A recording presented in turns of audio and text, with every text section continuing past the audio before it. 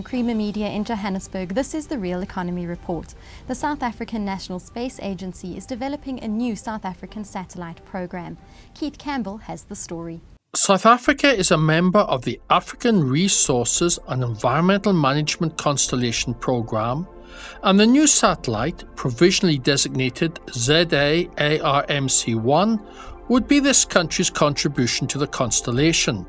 SANSA CEO Dr. Sandile Malinga gives an overview of the programme.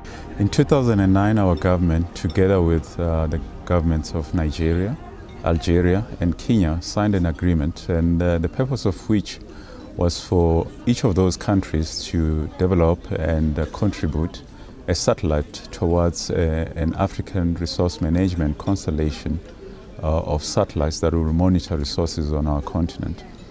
The focus is on food security, disaster management, as well as land cover using satellites to monitor things like our natural resources, how we use our land surfaces for grazing, for water, and many other applications of that nature.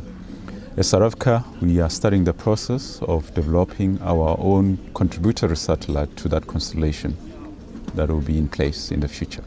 Our satellite development program, which started in 2012, will be a 5-year process, and we are hoping that around 2017-2016 we would have completed the satellite development process and be ready to launch the South African contributory satellite to the constellation.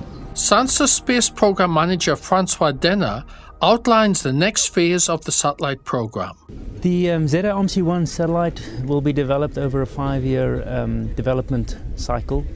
The development is foreseen to formally start towards the first quarter of 2013.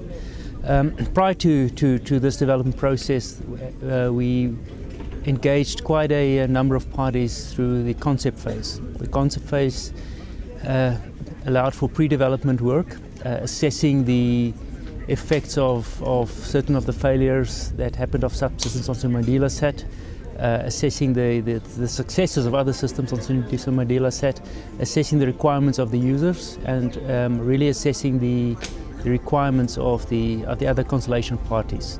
At this point in time, the development cycle will firstly deal with an advanced engineering model development. That will be followed by a qualification model as well as a flight model development. In parallel with that, there are a number of activities that will take place.